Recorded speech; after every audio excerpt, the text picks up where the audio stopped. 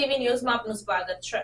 બામણાસા ગીર ગામમાં પાણી પુરવઠાના વાસ્મો વિભાગ દ્વારા વાસ્મો યોજનાની કામગીરીમાં ભ્રષ્ટાચાર આચરાયો હોય તેમ લાગી રહ્યું છે।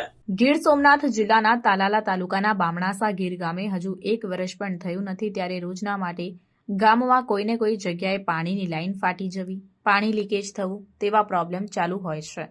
ત્યારે આ બાબતે ગ્રામ પંચાયત સરપંચ અને તલાટી દ્વારા વાસ્મો વિભાગ વેરાવળના અધિકારીઓને ઘણી વખત રજૂઆત કરવા છતાં આ પ્રશ્નનું કાયમી નિરાકરણ આવ્યું નથી। આ બાબતે ગામના જાગૃત નાગરિક રઘુવીર દ્વારા વાસ્મોના ગાંધીનગર સ્થિત ચીફ ઇજનેરને લેખિતમાં ફરિયાદ કરી કામગીરીમાં કોન્ટ્રાક્ટર દ્વારા બેદરકારી કરેલ હોય તો તે બાબતે તપાસ કરી યોગ્ય કાર્યવાહી કરવા જણાવ્યું હોય તેમજ વેરાવળ વાસ્મોના અધિકારીને પણ ટેલિફોનિક જાણ કરી આ બાબતે તાત્કાલિક કાર્યવાહી કરવા માટે જણાવ્યું છે। સાથે સાથે ગ્રામ પંચાયત દ્વારા આ રિપેરિંગ કામ કરવા પાછળ 45 થી 50 હજાર રૂપિયાનો ખર્ચ કરવામાં આવ્યો છે તે પણ કોન્ટ્રાક્ટર પાસેથી રિકવર કરી ગ્રામ પંચાયતને ચૂકવવામાં આવે તેવી માંગણી કરવામાં આવી। સાથે સાથે એ પણ ચીમકી આપવામાં આવી કે જો આ બાબતે યોગ્ય કાર્યવાહી કરવામાં નહીં આવે તો વિજિલન્સ તપાસની માંગ કરાશે।